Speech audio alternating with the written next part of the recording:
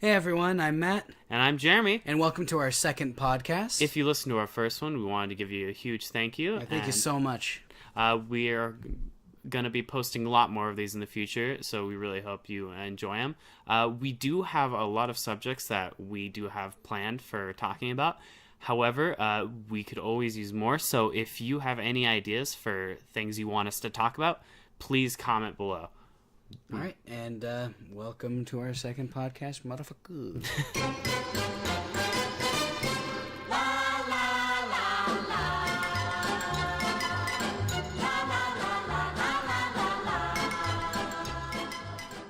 So that was that's a fantastic transition into what we wanted to talk about. Just, transition kind of sounds like transform. Okay, can you Why put is that on everybody... silent, Josh? Watch, Jeremy's phone's going to go off next. Yeah, just watch. Okay, in fact, I should probably I'm going to put mine on silent right now just to prove you wrong.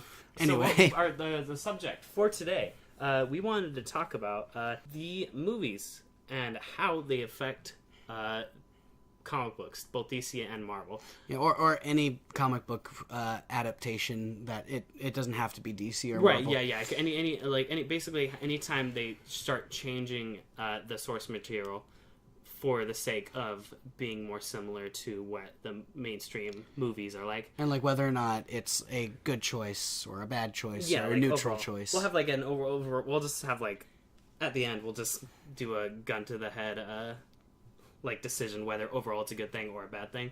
But I still don't think I ever silenced myself. One second. Okay, so the reason I wanted to talk about this is because one of the things that I'm sort of half worried about but half excited about is with the upcoming movie Spider-Man Homecoming. Yeah. There's quite it still looks like it understands Spider-Man, but there are quite a few changes in what they do, having Tony Stark give Spidey his a suit that Spider-Man didn't make, changing his best friend to Ned Leeds for some reason, even though in the comics Spider-Man pretty much hates him for most of the time. Well, to be perfectly fair, in what they're setting up in Spider-Man Homecoming, he's not Ned Leeds. He's not Ned Leeds. He's gone. He's gone. He's gone from the Ultimate Universe. So, which I personally like, which means we're not going to get Miles Morales anytime soon. Yeah, well, that's the assumption. I mean, it could just mean they just give Harry Osborn to Miles Morales later on the road. That'd be really dumb. But yeah, so that's what the reason I'm partially not excited for it is because anytime they've tried to change Spider-Man for the movies, which one of the example is giving him organic webbing, I didn't really like it because it sort of undermines the character. But on the other hand, anything to possibly get Dan Slott out of there would be amazing. I like Dan Slott as a writer for the most part. I don't. After 10 years, I need a new Spider-Man writer. It's ever since Brand New Day he's been writing it. So that's part of the reason I'm kind of if maybe hopefully they might take a different direction with Spider-Man after that and hire somebody else to do it. Well, I think that's what's going to happen. I think because they're going to want new blood, and when people see the movie, there's going to be more people out there who are going to want to go out and read the comics. Mm-hmm. So they're not going to be this guy's still writing, let's just have him write. They're going to be we want to start over. Yeah, we want to start anew, and the best way to do that is to get a new writer in there. Yeah, I think that's going to happen, but there's always a chance that he'll stay. Yeah, it's also I feel like adaptation can be good, adapting to the story that you are constructing to tell in a movie. Yeah. Absolutely. Like you were saying, your issue with Spider-Man not building his own costume. I think it makes sense in the world that they've built in the MCU, right? In that he's a poor kid in the Bronx, right? Mm-hmm. He's in Queens. He doesn't have the supplies to make his own suit, and the suit that he does make is basically a modified hoodie. Yeah, it looks a lot like Ben Reilly. Yeah. That Tony Stark would introduce him to this technology, and who knows, maybe he would make his own suit in the movie or in future movies. I'm hoping sort of down the line he sort of adapts it and kind of maybe in ways improves some of the technology, but he's sort of on a budget. But I would with the subject is if I would not be happy if because of this movie they decided in the comics to you know what, Peter Parker isn't capable of making his own suit. That's stupid. Let's just freaking have Tony Stark make it right now. And like that's okay. So as right now, that wouldn't work because he has Parker Industries, so he has the resources to make his own suit, which apparently is going to be going away soon. Yeah, like they're going to be canceling. That. Oh fuck! Another brand new day. Maybe we'll see. So, like, Jeremy. Yeah. What are some examples of things that have happened in the comics that have been changed due to the films? Okay, so let's go early. What's the earliest like superhero film that we can think of that happened? The first X-Men? No. Well, the first one I'm thinking of is Superman. Yeah, I was gonna say Superman 78. Has there or anything that's been changed in the Superman comics because Yes, they gave him a lot of powers that he didn't originally have in the comics. Mm-hmm. Also, the crystallized Krypton didn't exist until that movie. Right. A lot of his backstory. Krypton, by the way. It's Krypton. you're mispronouncing it. No, planet Krypton. But no, a lot of his backstory was changed in the comics, but that's one of those examples that I think it was a change for the good because like that movie. I mean, a lot of people have a problem with the turning back time ending. Other than that, I love Superman 78. I do say it's the most famous cop out in all of movie history. Yeah, but like in my opinion. other than that, though, Superman 78 I think is a great movie. I really do love. I think Superman it's a 78. very very enjoyable movie. And I think it's a great experience to watch. I don't think it's like super great. Obviously, it's not like Dark Knight great, but yeah, but like for what it is and the time it came out. Mm-hmm. Well, also like before Superman 78, like Superman's origin had always been vague. Like they never had like a full detail of like, oh, this is what Krypton is. This is what all happened. It really gave a definitive like beginning point for Superman. Yeah, I think so. Yeah, I would agree that is definitely a positive. Otherwise, we might just still have like Superman just jumps on things and like stops trains. I think that's a change in that it filled up gaps. It didn't necessarily change what had come before. I remember Zod originally from Superman 1 because they shoot him up into the Phantom Zone, which actually leads into the second movie. Yeah. Which is a great way to set up a sequel without really like being like, hey, here's the next movie, it's going to be this. Just touching on this before we move on. Superman 2, there's famously there's two versions of it. Yeah. The Richard Donner cut and the theatrical. Which one's the version where he throws his shield at somebody? That's the theatrical cut. But there's really nothing in Superman 2 that really changes. Except comics. for the shield throwing. I don't think that ever appeared in the comics, so we can move on. We can move on from that. But Can you imagine that became like a permanent mainstay of Superman? He still does it to this day. Yeah, Man of Steel just throws the sets. Here's hope. Oh god. But anyway, okay. So, what would you say this is the next movie that? Well, I think I have a really good memory for like dates. Yeah.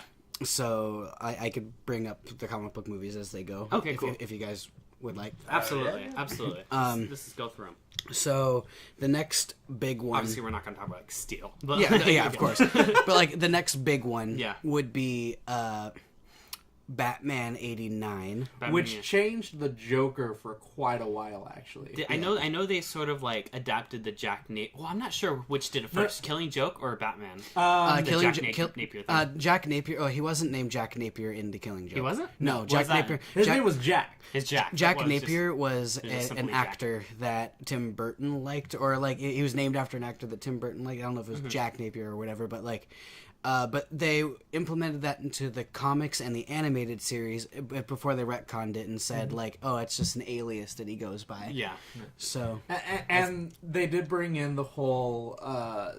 they sort of created that the Joker originally was going... Well, not originally, but like he had this gangster mentality. Not like Jared Leto's Joker, gangster asshole. So we could still say Jack Nicholson did it better than Jared Leto. Oh, I absolutely. agree. I personally think Jack Nicholson is the most overrated Joker. However, he's a million times better than Jared Leto. Okay, I actually have a very unpopular opinion. I think Jack Nicholson has the best cinematic Joker, and not that it relates the most to the comics. Because, eventually they ended up changing stuff to make the Joker seem a bit more like Jack Nicholson in mannerisms and what he eventually did in the movie. But, like, it was such an original take on the Joker. Yeah. And we haven't seen anything like that since. And I like that. So, like, every movie Joker that we have seen has been completely different. Yeah. But for some reason, the Jack Nicholson Joker, it could just be just because Jack Nicholson's my favorite actor of all time. But it just hit. Like, it hits on a completely different level. Oh, yeah. I do really like that Joker. It wasn't until...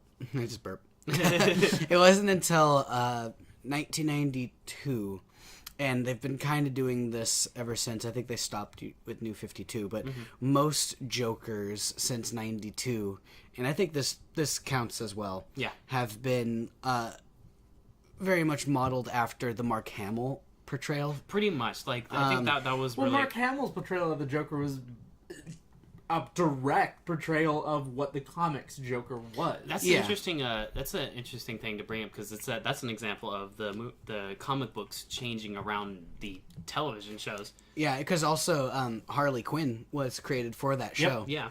And now she's like a mainstay in the comics. So like, there's very few television shows that have done that. The other one that comes to mind is X-Men Evolution with with lesser known Spike, but like X-23. Had like, did he even show up in the comics? He like, did, ever? just not a lot. Yeah. But X-23 was created for that show.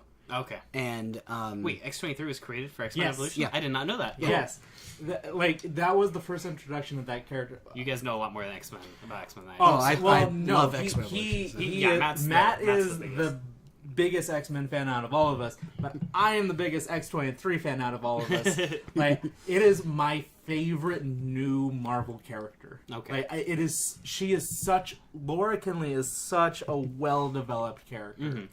And really through the whole, this is just the female version of this character. Yeah. That concept, she's literally the female clone of Wolverine. Yeah. And just being thrown on its head. You're going to have fun during the Logan podcast that we did. Oh my god. That's going to so be, excited. That's probably, I'm calling it now. That's going to be a Matt versus Josh episode. Yeah, we'll see. All right, anyway, let's get back to the, movies / I guess TV shows so also changing. Again, 92. Yeah. Again, 92. Nothing until 92 is okay, because like we had 90 and 91. I don't remember much of superhero. Like we had Ninja Turtles, but I don't think any of us give a shit about Ninja Turtles. Nope, not even the best. I mean, I really really like the 1990 Ninja Turtles movie, but that's just because it's a Jim Henson movie, right? And I love Jim Henson, so after so that would be 92, so that would be Batman Returns, and something that would change. I don't think they took anything, did they? They did. The design of Catwoman changed a lot after Michelle Pfeiffer's portrayal. The design, yes, but the character portrayal, not so much. Yeah, no, character portrayal, they didn't take anything from Selena Kyle in the comics has always been just a human cat burglar who's just a really great like acrobat. Yeah. Oh yeah. Well, I'm not saying like they took her personality or anything. Yeah, I'm just saying, well, also they didn't turn her into like Cleopatra, like witch, like cat zombie. But it's purely design wise that they sort of like because even the penguin. They didn't turn him into a penguin monster in the comics, but they did give him more of a gross look, and they made him a gross man. That Victorian, they didn't make him a monster. That cool Victorian costume that he wears in the movie. They did adapt that to the comics. Okay. I have such an issue with that penguin. Me too. So, actually, we disagree with Matt because I don't like that adaptation. I mean, if it wasn't a Batman movie, I would probably enjoy it more. Yeah, no, like it's a great original character. Yeah, like it's cool to bring in this monster mentality. I know I'm gonna let you go, but let me just put out my defense on this. I do really appreciate that the crude human that the Penguin is. Mm-hmm. He's a corrupt man, and I like there being just like a evil businessman as a villain, and that was completely thrown out for Tim Burton, where they replace him with, I live in the sewers with the penguins. Okay, so I'm gonna defend this movie. It's really weird because like the reason I really like I really like the Tim Burton Batman movies, the two. I don't count the Schumacher movies, but like we're probably not even gonna talk about this. There are a few things, but we'll get to those when we get to those. Yeah. The reason I like the Tim Burton Batman movies is the same reason I don't like the X-Men franchise. Oh yeah. But it's like with the X-Men movies, we didn't know anything about the rights. Mm-hmm. We didn't know anything about any of that. Yeah. So as far as everybody was concerned, until like X-Men Origins Wolverine or even First Class, as far as everybody was concerned, that was supposed to be the definitive X-Men. Yeah. Mm-hmm. The Batman movies came out at a time where we didn't care about like a definitive Batman, a cinematic universe. Yeah. We didn't care about any of that. Mm-hmm. So like what was cool was to see Tim Burton's take on Batman as if it was like a dark, tragic, gothic fairy tale. Yeah. Yeah. And that's what I really liked about it. But like if anybody wants to argue that like the DCEU is better than the Tim Burton Batman movies, then I could definitely argue that. Like, I'm not going to argue that. I'm just saying I have issues with as a DC fan and as a fan of the Batman canon, I do take issue with some creative choices that were made in there. However, we're getting really like far off topic with this Batman thing. I understand, but I just need to get this out there. Okay. I will actually agree with you. I do no counter enjoy arguments it. to this, by the way. I do enjoy it as an original film. Tim Burton is a guy that all of his original ideas I can get behind, even in the movies that I don't necessarily like from him, like in Willy Wonka, freaking Chocolate Factory. yeah. Friggin' like I love the original stuff that he came up with. Yeah. I just didn't like it in a Willy Wonka movie. Yeah. And that's the same with Batman. Like I think a cool like monstrous freak who got raised by penguins could be amazing. But putting it in a Batman movie, especially after doing a very loyal Batman movie with Batman 1, Except for the killing of his parents. Yeah. That I will always take issue with. and that was actually a really good twist on the story. Within the story they were trying to tell, it Yeah. worked, but as an adaptation of Batman, it didn't. Yes. That's why, like, when I watch the movie, like, half of me is like, oh, I don't like that, but the other half of me is like, well, in this movie, I get it. But I know how to tie this back to our original. Okay. And Jeremy, since when do you care about being on topic? What is it? Okay. Okay. But how we could tie this back is... How can we tie this to Star Wars? No. No, how we could tie this back is the Tim Burton movies are very much influenced by The Killing Joke, The Dark Knight Returns, like the darker takes that were coming out at the time. However, the aesthetic choices that were very Tim Burton were adapted into the comic books and into the animated series, like the Art Deco style, because before it was just like a dirty, dark city, and now even now in Batman comics, there's still influences from Tim Burton's films. Absolutely. More, like, oh God, what's that word again? Art Deco? No, oh my God, I look dumb now. Does it begin with a G?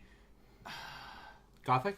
That's the word I was looking for. I wanted to say Gothic, but I was like, that's too close to Gotham. Yes, so more like, but yeah, like it is probably. I think that it did have a huge influence on the comics. And that was pretty cool. Kind of gives Gotham a more distinct personality. Yeah, like ever since then, Gotham became a character. Yeah, like the city itself. So like, because even before then, like before it was even a dark city, it was just another city. Yeah.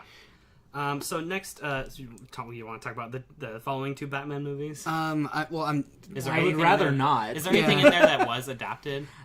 Kinda, which I mean, but like that still goes to like the Tim Burton side of things, which is like those stupid like giant Greek statues were in the comics for a short period of time. Okay. The next Blade, I think, would be the next. Blade, yeah, but like, well, there was a big change caused by the Blade. If you know it, go ahead and talk about it. Blade did not look or act like that at all before. He was wasn't just Wesley Snipes going on a killing raid? No, literally, the comics turned him into Wesley Snipes. Oh, wait, I actually have something for Blade. Okay, what? Okay, so I got so excited. Yeah, because like I was like, oh, I have nothing. Is there She-Hulk here? No. Okay, so Blade in the movie, and then I think in the comics now, has a mentor, Abraham Whistler, who people think was created specifically for the movie. But that's not true. This is one of those weird things where Blade guest starred on a 90s Spider-Man episode with Whistler, who was created for the TV show, who then was put into the movie, which then was put into the comics. Whoa! So that's like that's like 3 steps, like 3 different steps of it adapted to the comics. That's crazy. I've never heard that. Yeah, no. I'm sure there's more cases of that, but that's really interesting. Yeah, like I mean, it sounds similar to X-23 and how that sort of came about. Yeah, I just thought that was cool. Like, I don't really know much about Blade or any of those characters, but that is something I knew, and I can't believe I almost forgot that. Yeah, I know it was pretty influential in kicking off sort of the new age of superhero movies, especially with Marvel. And it was a successful R-rated superhero film. Yeah. Especially in a time where that was unthinkable. And there have been several successful R-rated superhero films before Deadpool. Yeah. And that's a story for another day, though. So the next one after Blade was X-Men. Yeah. And I can... If you guys... This is chock full of things, right? Oh, yeah. This is where we get into the Ultimate Universe and how, the characters were basically designed to be the Bryan Singer X-Men. Well, because around the time of the Bryan Singer X-Men film, the first one, was when Marvel started a new comic book line for new readers who wanted to start off in a completely new universe, and it was called the Ultimate Universe. And a lot of the Ultimate Universe was based on the movies that were coming out at the time, which directly ties into this topic. Yeah.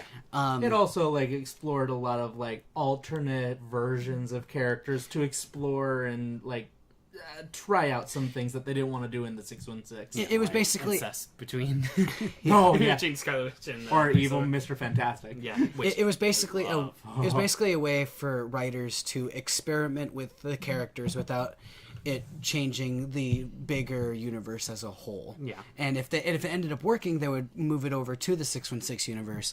But whenever it didn't work, they're just we'll just keep it over here in the Ultimate Universe. They can have it. I remember being a little kid at a comic book shop, and I saw a comic of Ultimate X-Men, and I was just flipping through it, and I saw Patrick Stewart in a comic book page. Not just some sort of... Oh, this looks kind of like Patrick Stewart. No, it is straight up Captain Picard in a wheelchair in a comic book.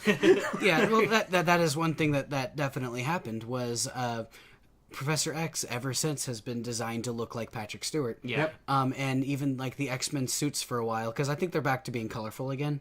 Yeah, because I think they're kind of Marvel's sort of kind of gone past the we gotta be dark. Because it wasn't even Ultimate X-Men that did that. There was a new run that took place in the 616 universe called New X-Men, and Ultimate and New X-Men, what they did was the suits that they wore were a dark blue or black leather look.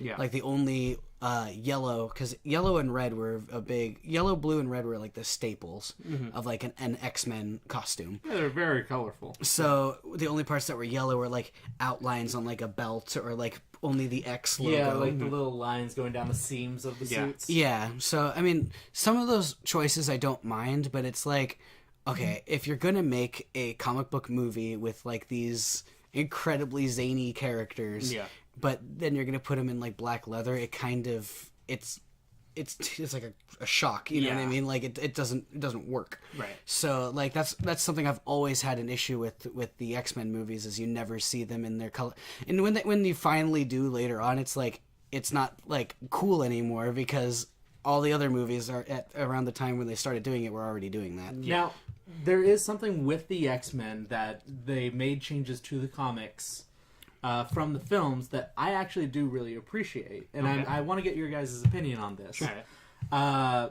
Before the X-Men films, Wolverine was just an asshole character that would just sleep with anything that came around him. He would kill anything that would piss him off. Yeah. In the films, and this is established all the way in the first X-Men film, that he is sort of a surrogate father figure, kind of, for Rogue.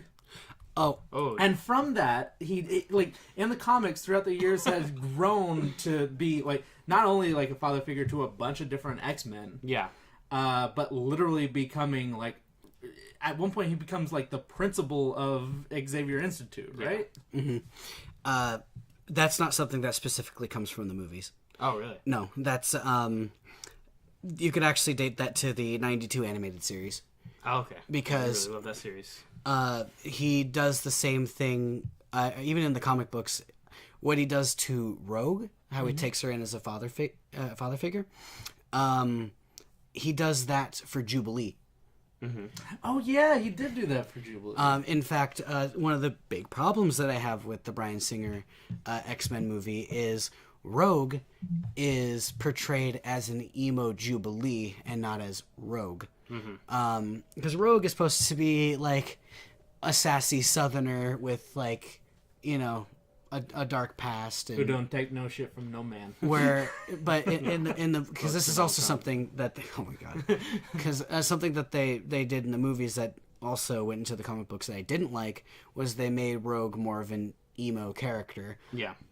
Because before then, I loved Rogue because she was like a great Southern Belle character, and then she became super like dark and depressing. See, I get it if you liked if you grew up with that. I totally understand that. Coming from someone who did not watch that animated series, I actually did not watch a single episode of that growing up. I really appreciated the character dynamic of Rogue being an emotionally sensitive and reckless character, fitting with her power set of her literally like killing anything she touches. Yeah. Well, and the emotional turmoil that comes from that. I appreciate that, and from like a writing standpoint, that is a really creative choice to make. Well, it's not like the comics or the animated series like stayed away from that. Because like they definitely touched on how her powers affect her in her personal life. Oh no, I can't kiss Gambit. No. That's literally like an arc that I ended up seeing like years down the No, line. there's okay. There's several episodes of the animated series, and even in the like, there's parts in the comics where like it delves deeper into Rogue as a character, and you get to see more of the emotional side of her. What I didn't like was that's all we get from the first X-Men movie on. We don't get the Southerner Rogue. In fact, in the movies, by the third movie, she's not even from the South anymore. Yeah. That's a big problem with the movies. We do not talk about X-Men: The Last Stand. The accents go away in I think every movie. Yeah. It's not even just Rogue, because like Storm talked in a really awful like African accent in the first movie. In the second movie, like, no, she's American. She can't do that accent. We can't do that. I'm glad even Hugh Jackman in that movie mailed it in. Like, and he's not American. Yeah. He's like, here's an American accent. Well, okay. So I think. Is there any like other big things besides the Wolverine dynamic that the movies introduced? Other than the costume changes, yeah, and Rogue. It's not just Wolverine. Where were you for the last fucking 10 I know, minutes? because we were talking about Wolverine. And stuff. Oh yeah, whatever. Anyway. Well, we can talk about more X-Men stuff during like the Logan. Yeah. We can like next thing would be Spider-Man. Yeah. Now this is something that I more like. Yeah. This is Jeremy's cup of tea. I was sort of checked out for that part. Like Batman with me, X-Men with him. Yes, Spider-Man is he's my guy. He's my dude. But there's quite a few things that like the movies changed. What the most notable one, the one that everybody knows, is the web shooters.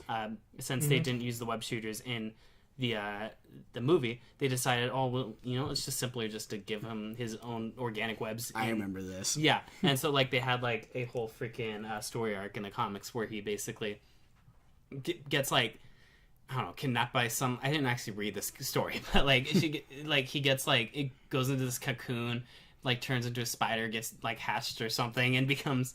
And then just has like enhanced powers. One of them being organic webbing. I actually do remember this story. Yeah, I remember not liking it at all. Yeah, no, that's part one of those things where one of the reasons I think it sort of is a detriment to the character is one, it sort of undermines his intelligence, and because like during a lot of part of the comics, they sort of put Peter's scientific background.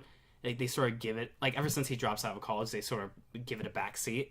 But one of the things that was always in the forefront was his web shooters, the fact that he made them himself and how, like, scientifically amazing they are. And that goes away. And then the second thing is the fact that shit's really expensive. And Peter's supposed to really always be in some sort of financial crisis for Which most they of did it. establish in those movies. They did, but it's just one more thing that like contributes to like where the fact that like every time he makes money, it all goes away because he has to spend on rent, or his aunt's in trouble, or he has to buy new materials for his costume. Yeah. It's like he can never be in a financially stable situation because of the lifestyle he's chosen, even though he's so talented that if he didn't have to be Spider-Man, he could probably do really well for himself, but his sense of responsibility keeps him away from that. Now, like, as of right now, I totally agree with you. They should have just gone with the web shooters because of what you just said. Mm-hmm. But playing devil's advocate. Yeah. As a kid, growing up, not really knowing too much about Spider-Man, like, my first introduction to Spider-Man was Spider-Man the movie. Yeah. I took it as a really cool... I think because the X-Men movies had come out, it felt more like a mutation. Yeah. And from that, I thought it was pretty creative. Yeah. Of like, oh, what? These things are coming out of his wrists? And like, I like the scene where he's like trying to figure out how it works. Oh, and then go, Web! Go, Web! Go! Yeah. Oh, I love that scene. Yeah, those are creative choices that I can get behind in that it worked to better the movie that they were making. And I think that's going to be my main argument against all these changes that they've made for films. Well, the thing is, it like oftentimes, because I actually agree with it, I think it did work very well for the movie. Yeah. Now, if it's like for the MCU, if you're doing the definitive Spider-Man, he needs to have the web shooters. But like because that's the universe Marvel is creating. For the sake of those movies, I thought it was a great choice personally, and I thought it worked really well. And that scene was absolutely hilarious. Yes. Well, when I was a kid and I saw Spider-Man, I saw it the day it came out. I was so excited for that movie because I watched the '90s show, which if you watch now, you're gonna be disappointed. But you're just talking about it. I mean, it's no Ultimate Spider-Man. Yeah.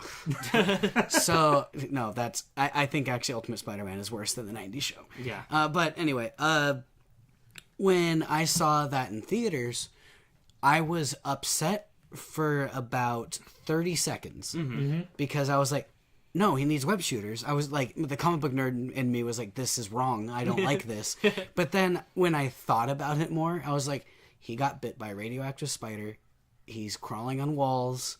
Why doesn't he have webs? And that's the problem that like is in the original comics. However, I liked where they went in the original comics and what they're still doing now, which was it shows how smart he is, how he creates the web. So it's like, it's a weird in-between for me where it's like, it makes sense. It should have been this way, but I like it's weird. You like how everything worked out. Yeah. Jeremy. Yes. I'm gonna pose a question to you because you right now are reading all of the Spider-Man 616 comics. I'm currently on Spider-Man 281 or 282. Nice. Yeah.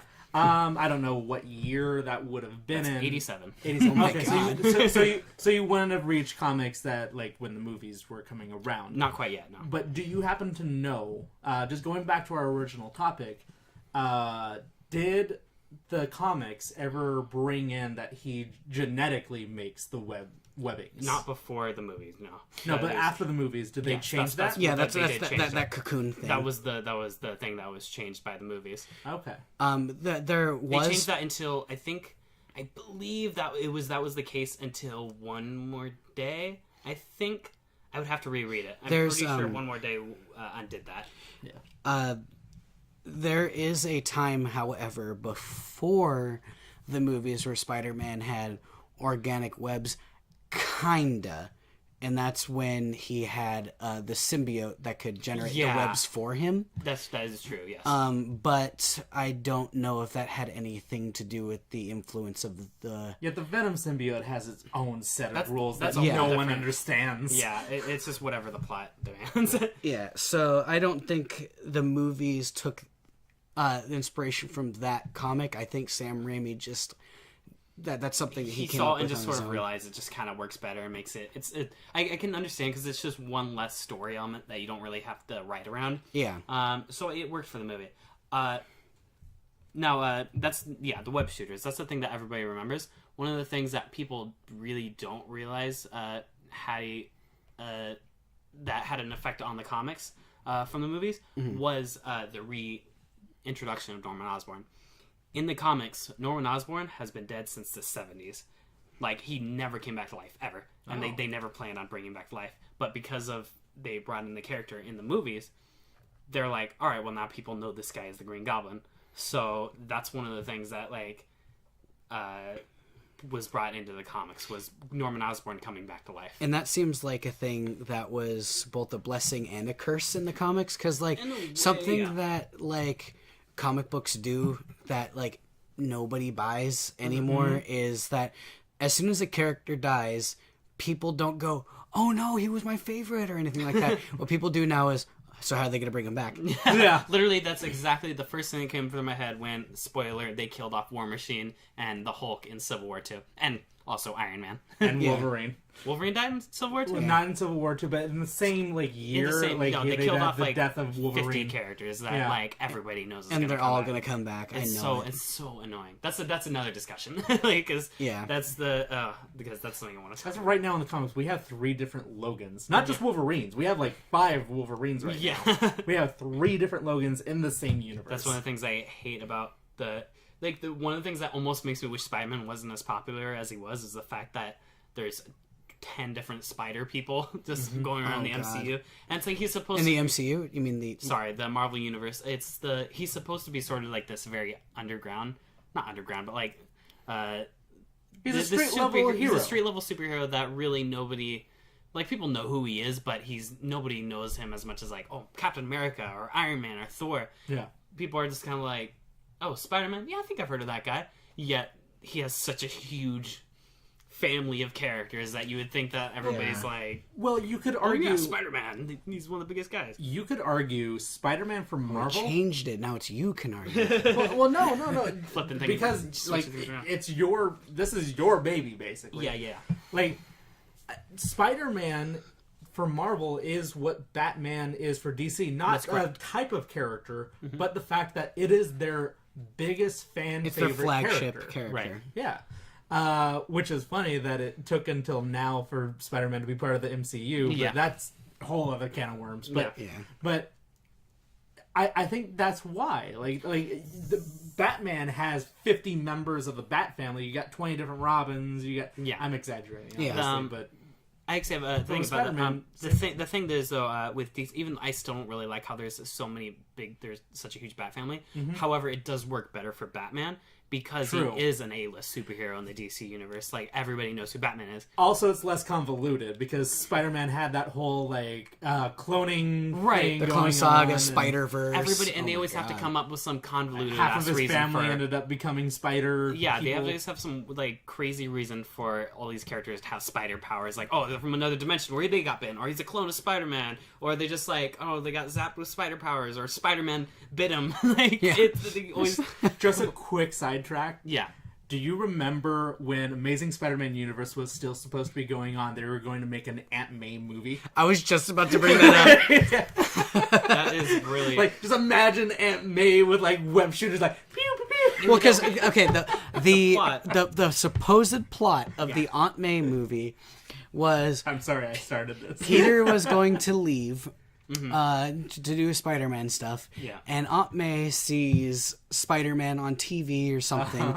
And the movie was her, imagining how she would have these spider powers. Wait, really? Yeah. I do not believe that for a fucking second. Okay. This is what I heard it was supposed to be. It was supposed to be her, it wasn't even supposed to have, really Sally Field as in most of the movie. It was going to be, a younger actress playing young Aunt May, who would basically be going through their time as like a secret agent. Because apparently everybody in Peter Parker's family is That's a even more unbelievable. unbelievable. Which is so ridiculous. I don't know which one. No, this is in the comics though too. Like literally every character in Peter Parker's family is a secret agent. I have no idea why the fuck. All right, so after Spider-Man. Well, okay, so there's Spider-Man 2, Spider-Man 3. They didn't really do anything with Doc Ock. Doc Ock was always just a generic supervillain. The only thing that they make did him likable. Well, they made him in the movie. They didn't change him at all for the comics. I think they maybe did an Ultimate Spider-Man, but that was it. What they did do is for a little while his costume more reflected what he looked like. Yeah, in the there movie. was a part where he sort of had the brown trench coat. You didn't have the visor and like green onesie that he was wearing in the comics. Oh, excuse me. I'm trying to think what else. It's really hard to talk about like the Dark Knight trilogy and the comics because Nolan wanted it to be different because he was going for a more realistic tone. That's why we never got anything like Killer Croc or anything like that. Or Mr. Freeze. You know? Around the time that The Dark Knight came out is when we also got Iron Man and The Incredible Hulk. They came out like within months of each other. Yeah, I actually watched them when I watched Iron Man for the first time. I was just like, well, Incredible Hulk's out. I'm just gonna watch them both at the same time. Yeah. So I made the mistake of watching Incredible Hulk first. So the Tony Stark thing at the end didn't really hit as hard with me. I was like, why does he look familiar? Oh yeah, that's Iron Man. Now, here's how little I actually know about the Marvel comics. Yeah. I went in thinking, oh, this must be about the Black Sabbath song Iron Man. You literally did not know anything about Iron Man? I did not know anything about Iron Man. Okay. See, my dad took me to go see it because he was a huge Black Sabbath fan. I was like, well, Robert Downey Jr., he's a good actor. I knew very little about Iron Man going in. The only thing I knew about Iron Man or War Machine was from Marvel vs. Capcom. Right. And in those games, War Machine was a bigger character because, like, he was just a better character to play as. Right. So that's actually how I know Thanos also is from that game. So, like, going in, I knew really nothing. I found out mostly everything I know about Iron Man afterwards. Yeah. But it seems like a lot of it was, I mean, even the second and third movies were very much inspired by Extremis. Yeah.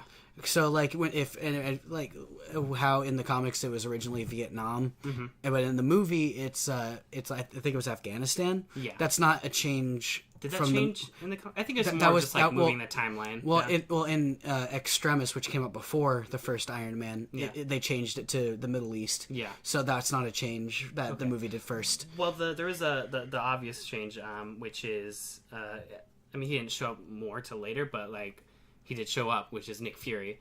They made him Samuel L. Jackson in the movie, which he was based off in the Ultimate Comics. So this is an interesting one because it's a change in the Ultimate Comics that carried over to the movies, which in effect carried over to the 616 universe. Well, they made the change in the 616 universe that the Samuel L. Jackson Nick Fury is the son, the bastard son of Nick Fury of the 616 universe. Yet he's full black. Nick Fury Jr. I'm not even going to say that like they changed him to make him black. They straight up changed him to make him Samuel L. Jackson. Yes. That's the change. The big one until we talk about some of the other movies was Coulson. Coulson was Coulson was character. That was the first big thing from the MCU to be directly put into the comics. And I'm pretty sure that didn't happen until after the Avengers, No. right? No, it was before. Really? I think it was around the time Iron Man 2 was... Yeah, it was around Iron Man 2 because they started using Coulson in... this was after the Avengers, when they started using Coulson in the Ultimate Spider-Man TV show. Yeah, but I remember what happened was actually had the actor like come in and do the voice. That guy will do anything. Because what happened in the comics? What else is he doing? Yeah, in the comics, when they showed Nick Fury Jr., which was Sam Jackson, his right hand man was Coulson. Yeah. And I think that's cool because he's still in the comics right now. Yep. Like I'm sure even if the MCU like eventually doesn't exist, Coulson will still exist because like he's a very likable character. He's become bigger than the character from the TV show now. He's become part of the Marvel canon, like Harley Quinn is for DC. Yeah. That's a cool example of like a character. I'm always down for one like a character from the alternate timelines or whatever. Well, yeah, just like different universe sort of like become main characters as long as they're good, like Harley Quinn or Coulson. But then you have the other side of the coin, which is Fish Mooney in Gotham. No, the characters that were created for Agents of S.H.I.E.L.D. are now in the comics. That is definitely a negative. I think I don't read anything with those characters. Neither in them, do so I. I do know they exist in the 616 universe now. Was Daisy a character before? Yes. She's Quake. She's an Inhuman. So she was like a character before. She was a character before, but I don't think she started out with them knowing that she was going to eventually become Daisy Johnson. Okay. But Daisy Johnson existed way before Agents of S.H.I.E.L.D. They absolutely, though, have changed the character to match more of the character in Agents of S.H.I.E.L.D. So she looks identical to her. That, yeah. She didn't look anything. She actually looked sort of like Maria Hill before. Yeah. Now she looks exactly like freaking Chloe Bennett. It's really interesting. But that's one of those characters that, like, again, was influenced by the other universe. Yeah. So this is so now we're getting into the era where before, when these changes were happening in the comics, it was just like one sort of subtle change at a time. So occasionally you would get one big one. Mm-hmm. Now, ever since the MCU started, and I think this is actually one of the negative effects of the MCU, they are changing everything in the comics, and everything in the comics is now a sort of reflection of the MCU. Like Tony Stark is no longer the broken, like alcoholic, like asshole that he was in the comics. Now he is the drunk, alcoholic asshole that Robert Downey Jr. is portraying. Or at least the writers are attempting to match Robert Downey Jr.'s level of humor. It's not working. It always feels forced now. But like the thing is, Iron Man in the comics, after I started reading them after the movie, I hate Tony Stark in the comics. Mm-hmm. I can't stand him. Yeah. But in the movies, he's incredibly likable. Mm-hmm. And but now I hate him even more because now they're trying to make him. They're trying to force him into Robert Downey Jr. And it's a character I hate who's now forced to be something that I'm supposed to like. Yeah. See, that's interesting because from my perspective, like I said, since I knew nothing about Iron Man, mm-hmm. I fell in love with the character Robert Downey Jr. created. Yeah. And from that, when I read any sort of old story with Iron Man that took place before, I'm like, I don't like this guy. He's just not likable. I think Iron Man, from the beginning, before, post, or pre-Robert Downey Jr., he was unlikable just because he really wasn't interesting. He was just an asshole. Post-Robert Downey Jr., he's unlikable because he has... Like, they're constantly trying to make him Robert Downey Jr. Like, the constant quips and, like, the flirtiness. He's way more quippy than he ever was before in the comics. And, like, the quips are terrible. A lot of people disagree with me on this, but my actual favorite version of Iron Man in the comics is Civil War 1. The first Civil War, I felt he was a really interesting character. I was so not on his side, though. No. I wasn't on his side either, but it was interesting to get into the psyche of him. Yeah, I thought that was cool. Let's look at more things. Guardians of the Galaxy.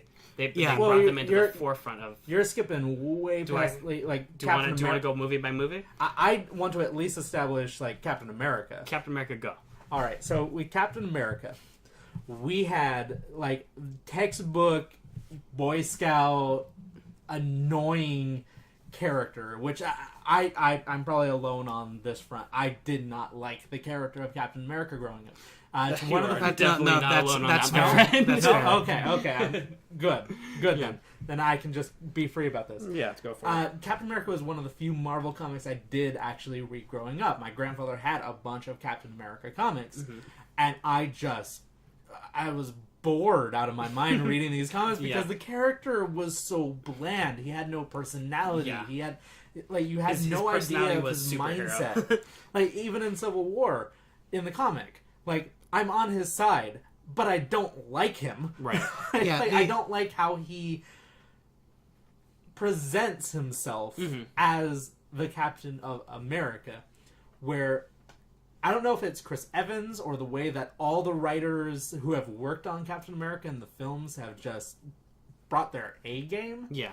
But you get the personality of this character in the movies that really gets you connected.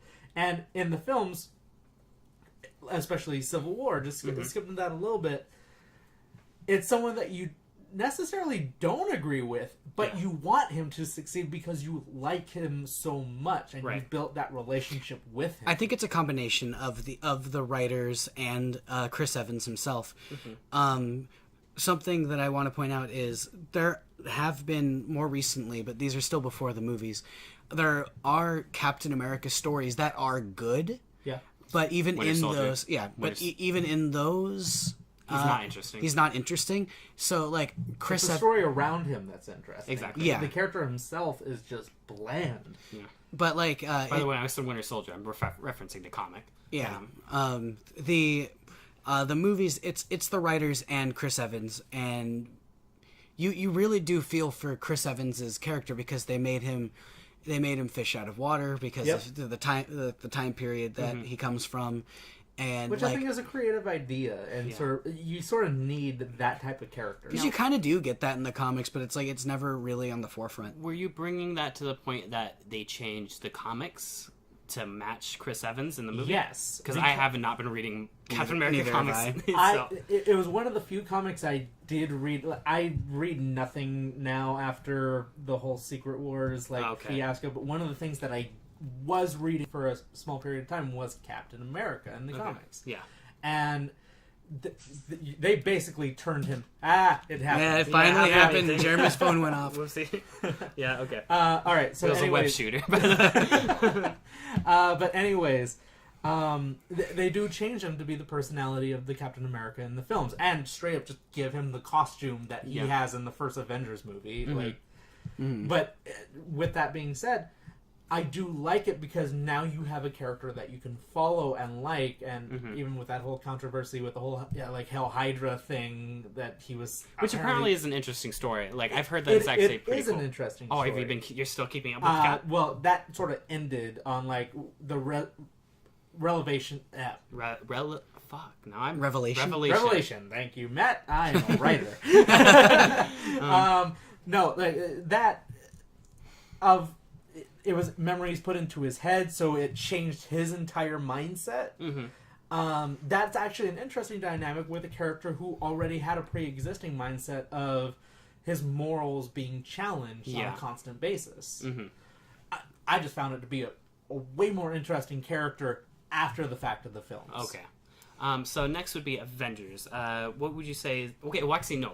Very first Avengers comic after that movie was released.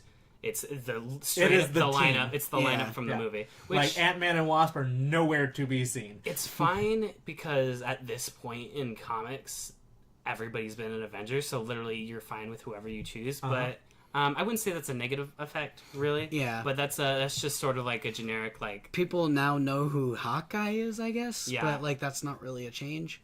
Which, if read the freaking Matt Fraction around Hawkeye, it's so good. It's way different from the movies. It's way, which is part of the reason I'm not really a huge fan of the Hawkeye in the movies, because it's not even close to that. Yeah. But so yeah, that's the main difference I could see in that. I know there's more changes with Thor. They made. I think at the same. I think the time when Thor came out, Loki was still Lady Loki, and then they turned him right back into regular Loki and designed him to look like Tom Hiddleston. That's a change. Yeah. Well, they made him like a kid.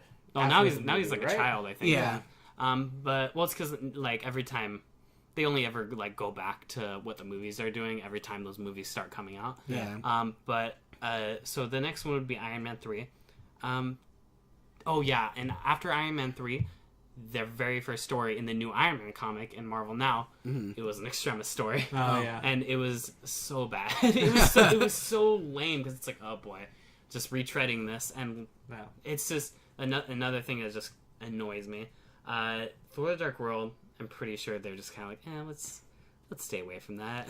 I mean, they did. There was a time where they had Malekith in that comic. Yes, and it was no longer the half-faced blue and white in the elf. In the comic, he's still blue and white. He's still. Oh, he is? Yeah, no, and that was the first time I read Malekith, and I was like, why didn't they use this character in the movie? Because he has the half blue, half black face, and he's just crazy. He's elf Joker. It's pretty awesome. I do remember when Thor: The Dark World was coming out. At the time they were in the middle of a storyline called the God Killer, the God Killer, God Butcher, God Butcher, the God Butcher, yeah. Which is a great story. Is the best Thor comic I have ever read in my life. I'm like, why didn't you just do this? I think this is such a fascinating I still haven't story. read the God Butcher. I know either I have it or my girlfriend has it. If she has it, I'll borrow it from her. Do you have it, Kathleen? Do you have the God Butcher? She gave us the thumbs up. Wonderful. Now, she's finally got a name shout out on the show. Something I was trying to avoid. That's funny. Anyway, but that's actually a funny thing about Doctor Strange. Tune in next week where Matt's gonna be depressed. I love the Portal 2, Part 2. the new Doctor Strange comic. The new Doctor Strange comic has been fantastic, and it's like a different take on the character, and it's really cool.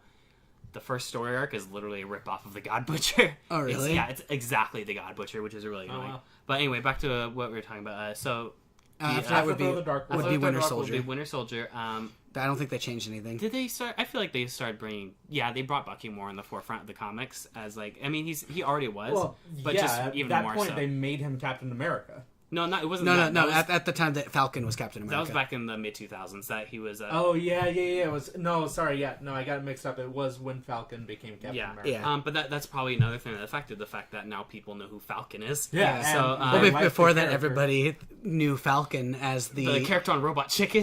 What was the actor?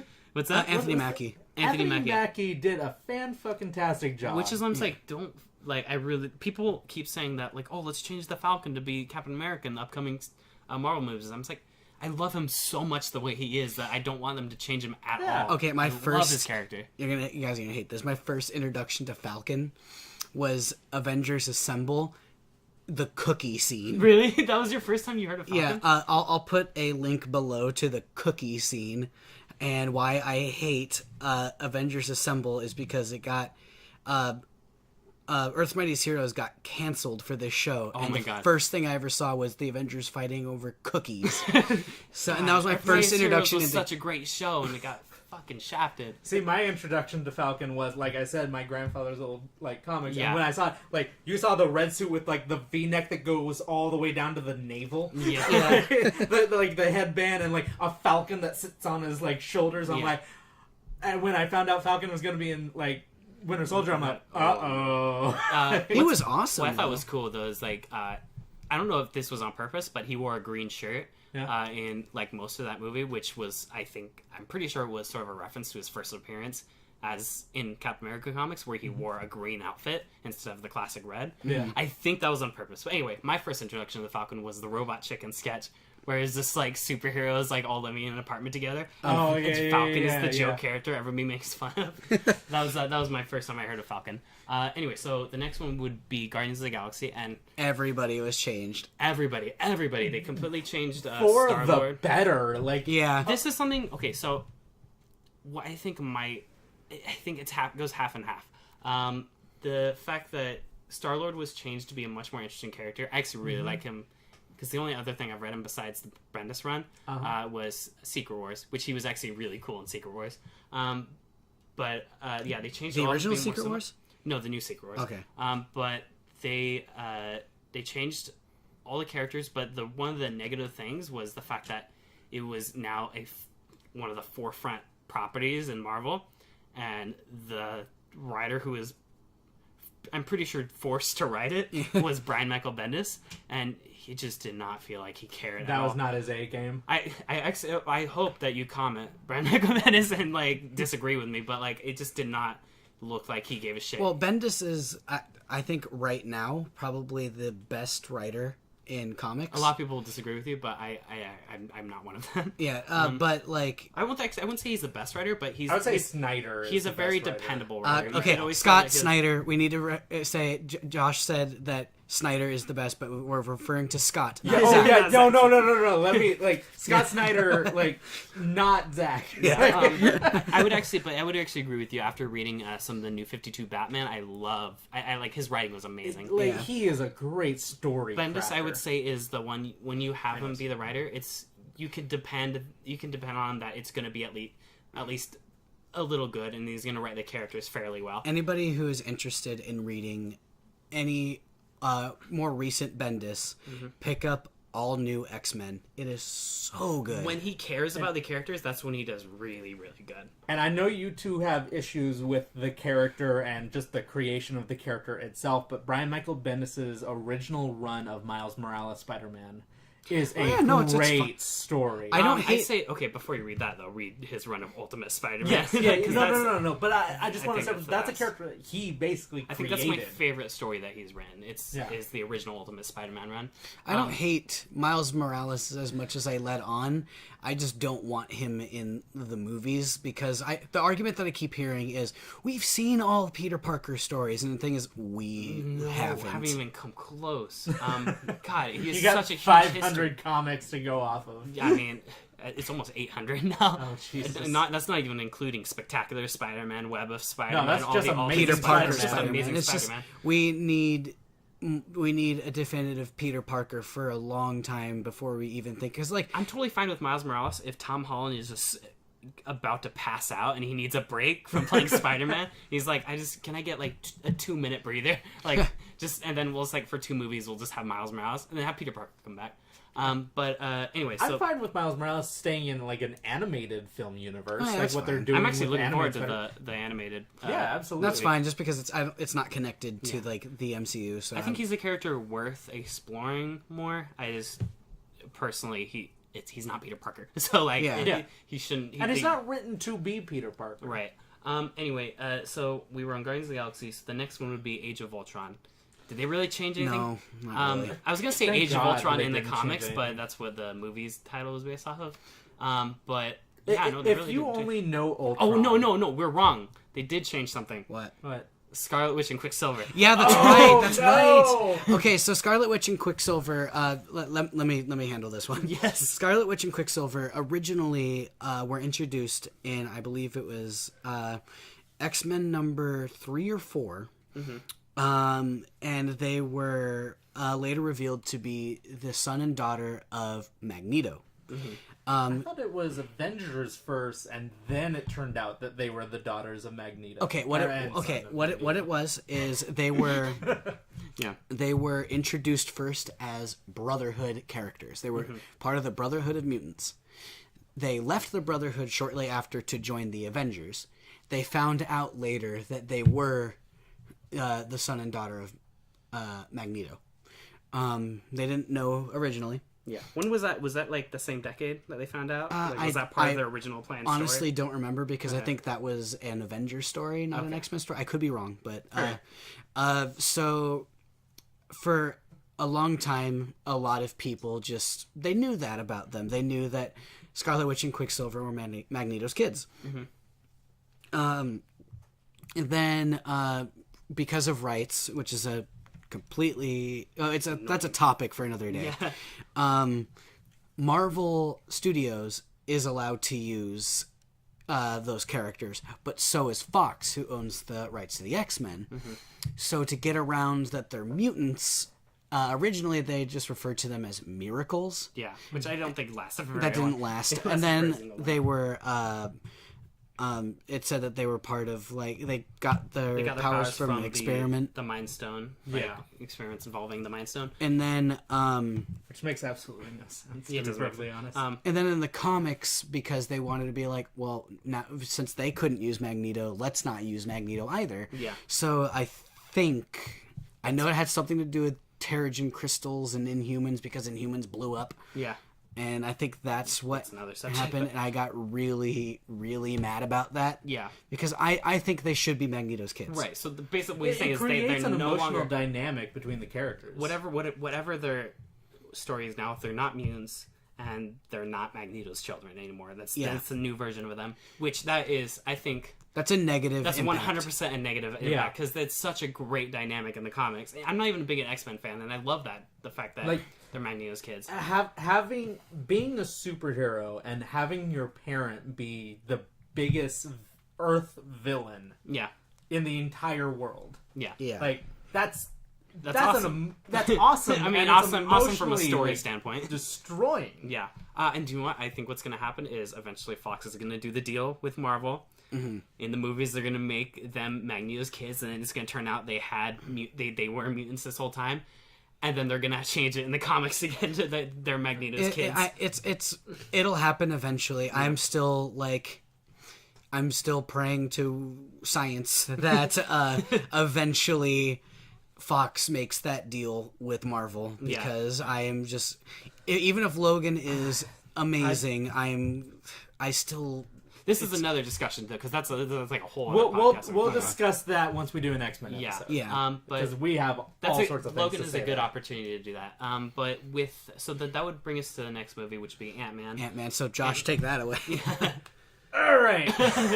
So there are shit ton of changes that they made in the comics to Ant-Man. Yeah. So for those who don't know, one of the first comics I had ever read was the original Stan Lee run of Ant-Man. Back in the Tales of the Astonished, like Tales to Astonish. Tales to Astonish. Thank you. No, like it. Talk about a fascinating character. This is a character who, before even Two-Face, was a bipolar disordered, mentally unstable character who was an enormously brilliant scientist who like built all sorts of tech that changed the like Marvel universe as a whole. And the character of Ant-Man himself is just such a dynamic superhero because he's also his own villain and his own alternate personality. He's Yellow Jacket and all that. Once the movies come around, I knew there was going to be a problem when Michael Douglas, a 65-year-old man, was cast as Hank Pym, and Paul Rudd was cast as Scott Lang. The second Ant-Man. Yes, which Scott Lang was like...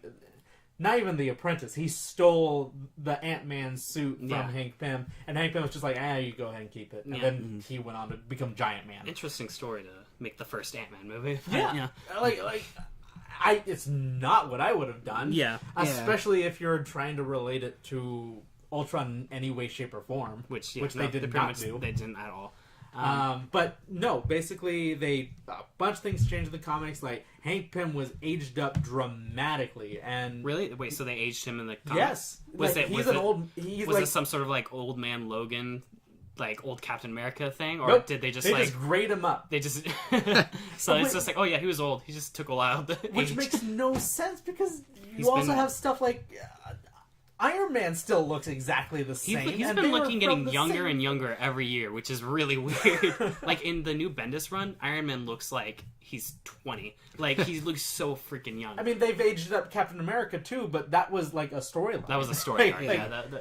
But no, they aged him up. Scott Lang is now like the definitive Ant-Man in the comics. Like any Ant-Man comic, it's Scott Lang. Yeah. And I think something that you told me, because I was asking about Ant-Man because I knew that you were the Ant-Man expert. Yes. I don't really know much of it. I wouldn't say an expert, but it's a character that I know a lot about. Because like outside of Earth's Mightiest Heroes, I know nothing about Ant-Man, and that he created. That's actually a really good representation of Ant-Man. Yeah, from what I hear, but what you've told me is the Scott Lang in the movie is more personality-wise. He's Hank Pym. Yes. Like the personality of him being a snarky asshole. I feel like that's more Ultimate Ant-Man, right? Or like... No. That was also in the old comics. Like he basically treated everyone like they were less because they weren't as smart as he was. I wouldn't say that, but that's not Paul Rudd's character. Like he's not treating people like that. But he's just funny. Like, I feel like that's his character. He's Paul Rudd. You got the snarky asshole, but a likable snarky asshole. I just want to. I want to bring this. He's a combination of Scott Lang and Hank Pym. I want to bring this thing up that I actually hate. I hate about the Ant-Man movie.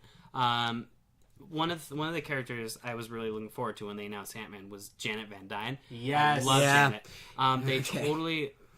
They totally got rid of her. And one of the reasons I really enjoyed Janet in the comics is because the dynamic was sort of a lot different than usually you would have. Whereas like Hank Pym was sort of more like a little bit more serious and like trying, like he was always he was the straight man. Yeah, he was the straight man all the time. Janet was like the funny one who would like bring out the light side of him. Bring him a lot. Yeah, and that was which fun. is something they did in Earth's Mightiest Heroes. That's how I know the Wasp. Yeah, and it's an awesome dynamic. However, I just want to finish this point. In the new movie, they completely flipped it. Like, they took one of the things that they've been doing, not just in Marvel movies, but in movies in general, which I absolutely hate, is their way to make female characters, like good characters, quote unquote, is by making them the smart one, or the one who's just like the no bullshit, the one who makes the heroic sacrifice, or like the no bullshit one, and like, oh man, you men are stupid, and like, and it's such a stupid thing that they've been doing. It's like, how about give them a character?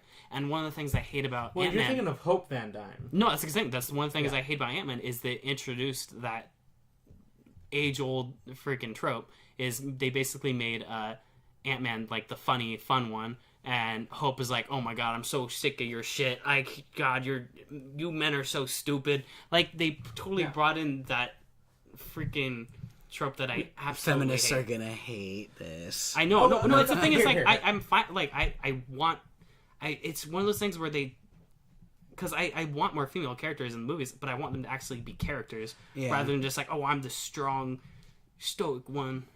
Here's a good example.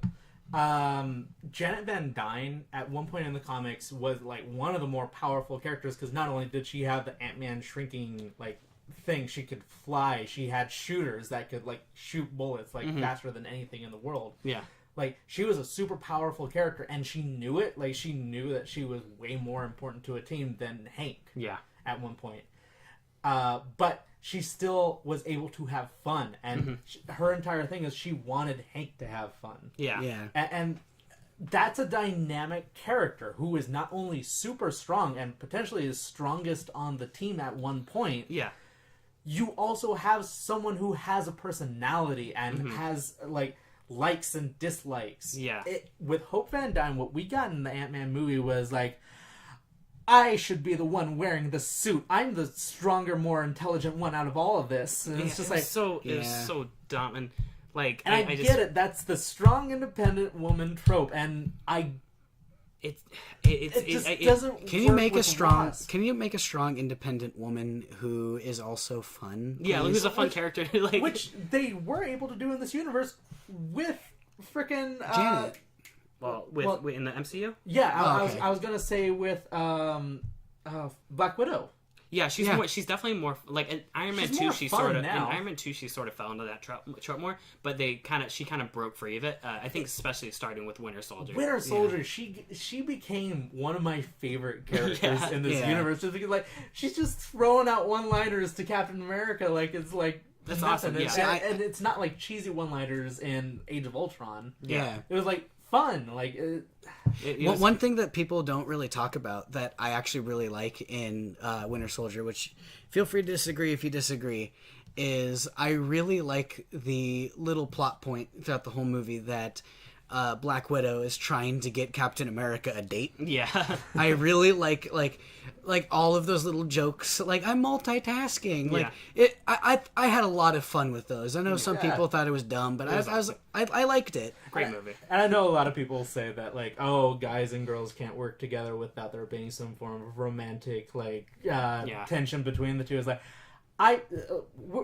all of us at the table here are actors, and we have acted with actresses that we do not feel like physical attraction to, but we really enjoy them because they are fun to be around. Right. They're just really cool people. And believe it or not, guys and girls can be friends without fucking. No, fuck you, Steve Harvey. But anyway, but like, yeah. So finished with that, man. The next one would be, I mean, I'm going to say it's too early for Doctor Strange because they really haven't done anything new with that one yet. But so that would bring the last one to also like almost straight out of the comic. Yeah. So the last one would be Civil War. Can you think of any changes that they made to the comics? I can't, but that's also around the time I can't. It's not that I stopped reading comics; they just kind of got expensive, and I couldn't. The obvious one is Civil War 2. Yeah. Literally, they bring in the exact same story arc. And it's happening while Civil War was in theaters, and like, it was so blatant. One of the things because I like Brian Michael Bendis as a writer, and a lot of people don't, but I do. The main thing I hate when he writes is events. I just cannot stand it. So on top of it just being the fact that it's Brian Michael Bendis writing an event, it's just a stupid, convoluted story that doesn't need to happen. it villainizes Captain Marvel. Like, it completely they changed her character. The same thing that happened for Iron Man for the first Civil War happened to Carol Danvers. I would even argue that they did the same thing to Captain America in the first Civil War, where they completely changed his character to fit that story. Yeah. Well, I would argue that. Sorry, No. Go ahead. It's fine. No, it's fine. I said it, so you can say it. Yeah. No. Carol Danvers in Civil War II. Yeah. Is a lot like Superman in Gods Among Us. Mm-hmm. Of like a traumatic event happening to someone that they love. Yeah. And them wanting to literally change the world to fix it.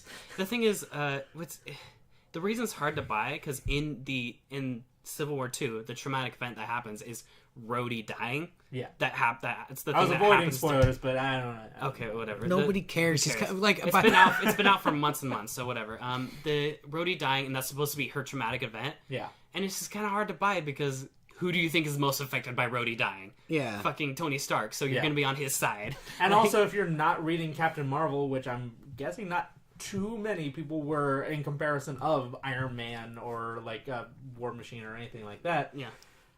Oh, I didn't know Carol Danvers was in a relationship with Rhodey. I actually had no idea until right now. They're not in a I don't think they're in a relationship. No, it was literally because she was just they had it was a team member on her team, the Ultimates. So it was her. Like a thing. Yeah, is it? I don't know. I have no idea. However, I know they made out like probably in Civil War II. But since it was just her losing a team member because Rhodey was on the Ultimates, and so that's why it affected her. Okay. But I sound like I'm actually going depth, like I actually care about the story, but I don't. So that's one of the things it is really a flaw with Marvel Comics is they want to take so much from the MCU, but they don't realize why people originally love their comics to begin with. Yeah. Like, they don't love the MCU because of the changes they make to the comics. They love the MCU because of how loyal it actually is to the comics. Right. Yeah, because like something that I've always liked about the MCU and is like movies. Yeah. Well, something I've always loved about the MCU is with the changes they made, some of them weren't changes just to make changes. Like most of them aren't. They would take bits and pieces from 616 universe. Mm-hmm. They would take pieces from the Ultimate Universe. They would take pieces from an alternate timeline. Mm-hmm. They would craft an original character that was based on a character that everybody loved. Yeah. And it's a completely new take while also celebrating what people loved about every version of the character they loved in the comics. And the changes that they make to story elements, where like they'll straight up have like a comic book storyline title like Civil War, Winter Soldier, like Thor: The Dark World, and stuff like that. Mm-hmm. They'll change up the story to fit the linear narrative that they're creating with the MCU, because this is something that has not happened before. This is multi-franchises like mixing together into one single storyline. Like you have creating an ultimate universe. Hey. But like I mean, we've had stuff like Harry Potter and like other like Batman movies. Yeah, like we've had a string of franchises. But this is literally like Iron Man franchise, Thor franchise, Captain America, all these franchises all coming together as one. Mm-hmm. And they all fit, and each one follows up each other very well. Yeah. They don't necessarily need to be the one to watch before it. Yeah. But if you do, you can see a linear like plot line. Yeah. Yeah. All the changes that they make for the plot line, like one of the changes is Tony Stark making Spider-Man suit. All these changes make sense for that storyline, and like the big overarching story that they're doing, they all make sense and it works in that way, which is why I don't like when they change it in the comics, because it's a different storyline. Yeah. Like and when you start just changing things in the comics to follow what's in the movies, it just feels awkward and forced, and I hate it. Which I would argue, like bringing it a little bit back to X-Men. Yeah. Yeah. Civil War. Yeah. Is almost nothing like the comic Civil War. Not at all. Just as Days of Future Past, the X-Men movies, is almost nothing like Days of Future Past of the comic. Yeah. You can take a title or a premise and make all sorts of changes as long as it fits the narrative that you are trying to tell in the story. Yeah. And that's why I like films like that, where it doesn't necessarily need to be the comic. Because if I want to read the comic, I'll just read the fucking comic. Yeah. Because I think Civil War did a better job than Days of Future Past did. Yeah, well, they understood it more. I feel like they understood what it did to the overarching universe. I feel like. I think we can about end it here. Okay, well let's do this. We already talked about DC in the last episode. Right. But what I could say for anybody who is listening, is I know there are other changes, and I know that that's enough for completely.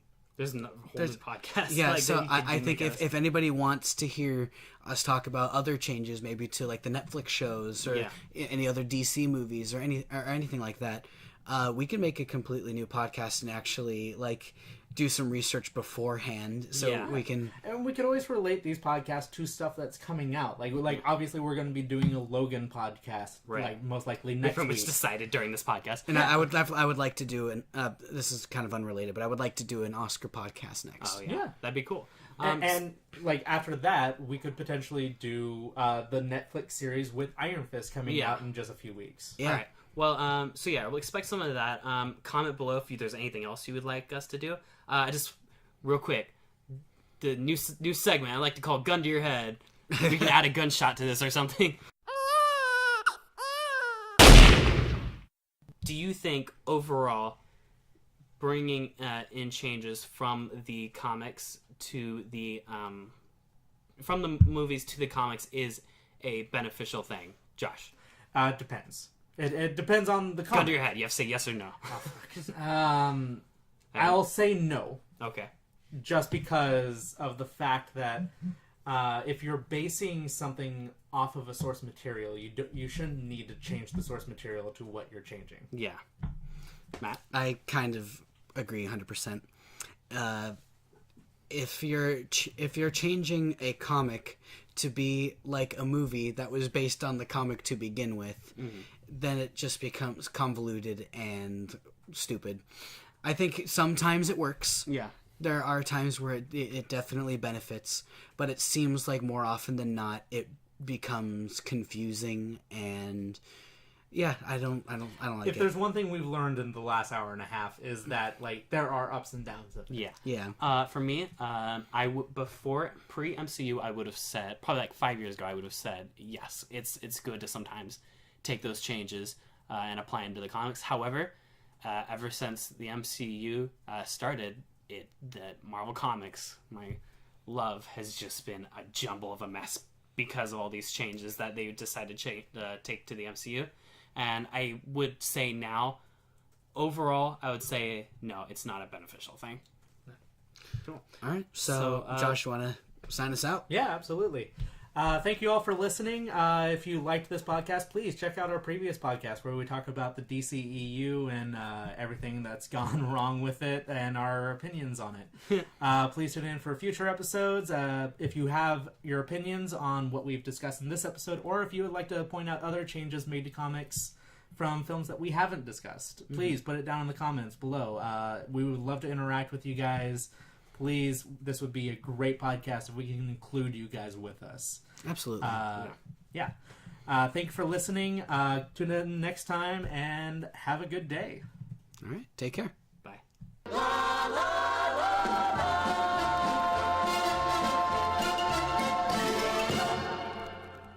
When she moved in next door, you grabbed me and said, Aunt May, Aunt May, is that an angel?